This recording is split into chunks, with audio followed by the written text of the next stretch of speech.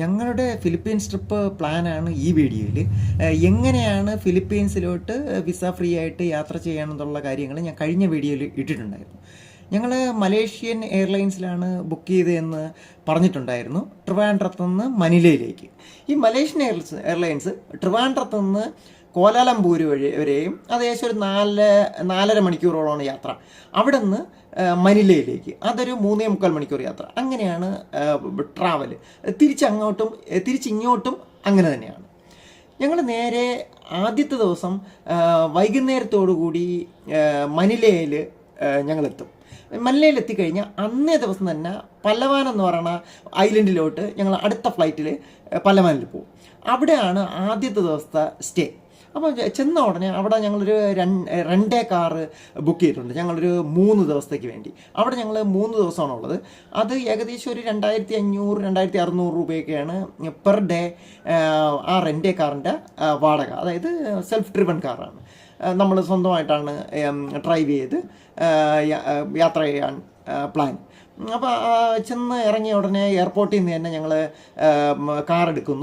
Car എടുത്തിട്ട് നേരെ ഹോട്ടലിൽ പോകുന്നു. ഹോട്ടലിൽ പോയിട്ട് അടുത്ത 3 ദിവസം ആദ്യത്തെ ദിവസം ഞങ്ങൾ പലവൻ എയർപോർട്ടിൻ്റെ അടുത്താണ് സ്റ്റേ.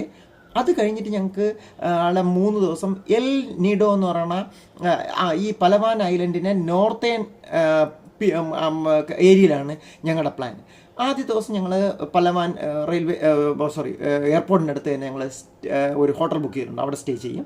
തൊട്ടടുത്ത ദിവസം രാവിലെ ഞങ്ങൾ എയർപോർട്ടിൻ്റെ അവിടെ നിന്ന് ഏകദേശം 75 കിലോമീറ്റർ ദൂരെയുള്ള ഒരു പെട്രോ Princesa submarine river national park എന്നുള്ള ഒരു സ്ഥലത്ത്, അതായത് അണ്ടർഗ്രൗണ്ട് റിവറുള്ള ഒരു സ്ഥലത്തേക്ക് കാണാൻ വേണ്ടി പോകും. ഇത് യുനെസ്കോ വേൾഡ് ഹെറിറ്റേജ് സൈറ്റാണ്.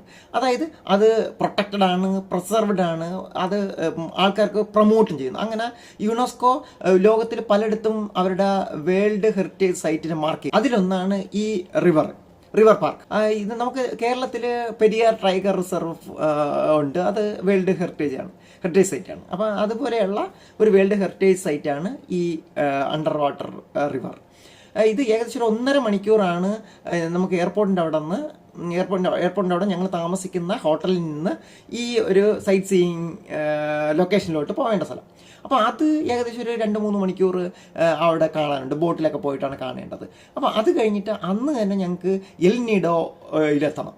അപ്പോൾ അത് നേരെ ഡ്രൈവ് ചെയ്ത് പോകാനാണ്. ഏകദേശം 275 കിലോമീറ്ററാണ് ഈ അണ്ടർ വാട്ടർ റിവർ പോയിന്റിൽ നിന്ന് ഈ എൽ നീഡോ ടൗണിലോട്ടുള്ളത്.